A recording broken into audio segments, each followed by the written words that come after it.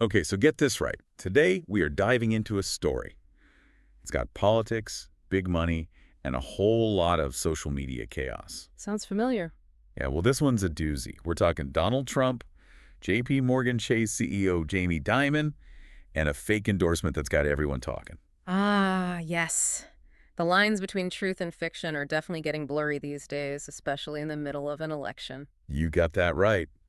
Our source is this article from Asterisk, pasted text Asterisk, and it all starts with Trump on his platform Truth Social sharing a post.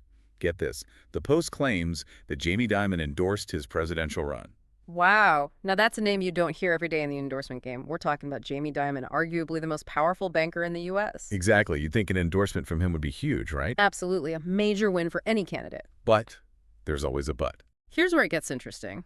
Dimon comes out swinging, denies he ever endorsed anyone, and calls the post completely false. No kidding. Talk about awkward. So then it becomes a game of he said, because Trump denies even making the post when reporters ask him about it. Oh, really? Yeah. But here's the thing. The post, it existed. It definitely got people talking, that's for sure. And this isn't even the first time these two have butted heads publicly, is it? Not by a long shot. Their relationship has been, well, let's just say contentious at times. That's one way to put it. I mean, remember when Dimon publicly encouraged business leaders to support Nikki Haley earlier in the race? Right, and then, And then Trump, he goes on Truth Social and calls Dimon a highly overrated globalist. which is not exactly a compliment coming from... Yeah, not At all? at. But here's where it gets kind of murky. The article mentions that their relationship might not be totally black and white. Apparently, Dimon's actually agreed with Trump on some of his policies, even praised his economic record once. Yeah, it is interesting. It's definitely more nuanced than their little public spats might lead you to believe.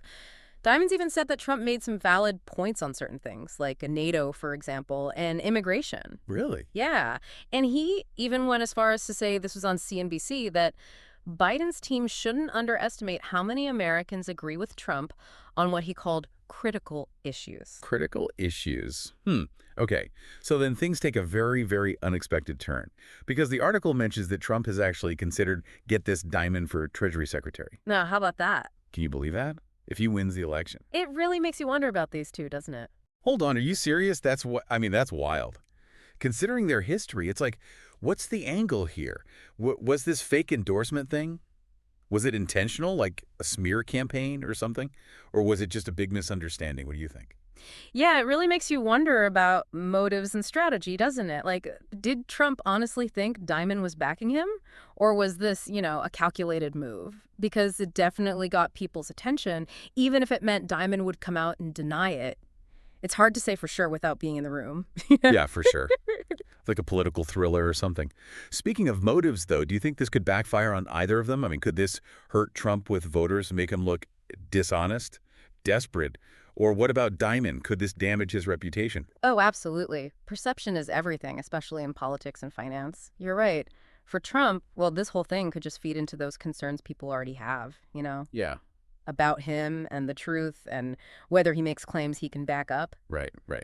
And then for Dimon, it's more about judgment, I think. I mean, why would someone like him, with his experience, get mixed up in something like this?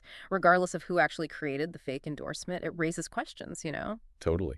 It really makes you think about social media and how much power it has, the narratives it creates, even when they're totally false. It makes you wonder, like, how much can we even trust what we see online, especially during an election? You're hitting on a really important point.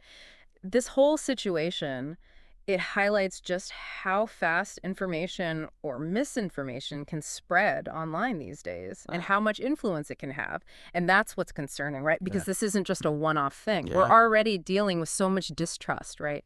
In institutions, in the media, everywhere. This kind of thing just makes it worse. People end up in their echo chambers, only hearing what they want to hear. It's a dangerous game. It's true. It's like this vicious cycle. The more divided we are, the easier it is for these things to spread, and then we just get more divided. What a mess. Honestly, it can feel like you're drowning in it all sometimes, like, how are we even supposed to know what's real anymore? Yeah. Especially with everything online these days. It's definitely overwhelming, and it takes conscious effort to sort through it all. But it's so important. It's crucial for a functioning democracy. Yeah. We have to be more discerning about the information we consume and share. It's the only way to create a more informed public discourse, a less polarized one. So it's bigger than just Trump and Diamond them. It's about all of us being more aware and Yeah, being responsible citizens. exactly. This whole thing, dramatic as it is, it's a good reminder for everyone, I think, about media literacy, critical thinking, civil discourse, all that good stuff. That is good stuff. Wow, this deep dive has really given us a lot to think about. A wild ride through politics, high finance, social media, you name it.